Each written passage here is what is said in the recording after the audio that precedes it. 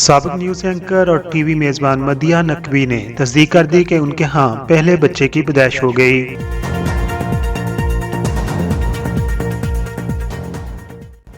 साबिक news anchor और TV मेजबान मदिया नकवी ने 29 मार्च यानी कि आज के दिन इंस्टाग्राम पर अपनी तस्वीर शेयर करते हुए अपने मदाहों को बताया कि उनके यहाँ मार्च के आगाज और इस्लामी महीने शबान की 3 तारीख को पहले बेटे की पैदाइश हो चुकी है।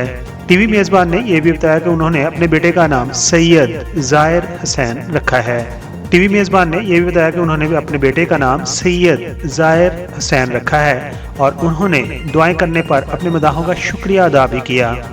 उसके साथ साथ मदिया नकवी ने अपने अल्लाह का भी शुक्रिया अदा किया कि अल्लाह ने उन्हें औलाद की नेमत से नवाजा है और वो बेहद अपने खुदा की मशकूर हैं।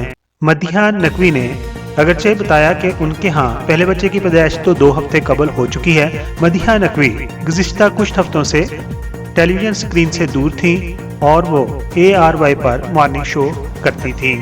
मदिया नकवी ने जुलाई 2019 में MQM पाकिस्तान के रहनुमा फैसल सब्जवारी से शादी की तस्दीक की थी। ताहम खबरें ये भी थीं कि दोनों ने पहले ही शादी कर रखी थी। दोनों के दरमियान 2012 में तल्लुकात इस्तवार हो चुके थे और उनकी शादी की खबरें 2016 के बाद सोशल मीडिया पर थीं। दोनों ने जुलाई 2019 में शादी की बाकायदा तकरीब मुनक्कद की और ऐलान कर दिया। मदिया नकवी के यहाँ बेटे की पैदाइश के साथ MQM के तमाम वर्कर मामू भी बन चुके हैं।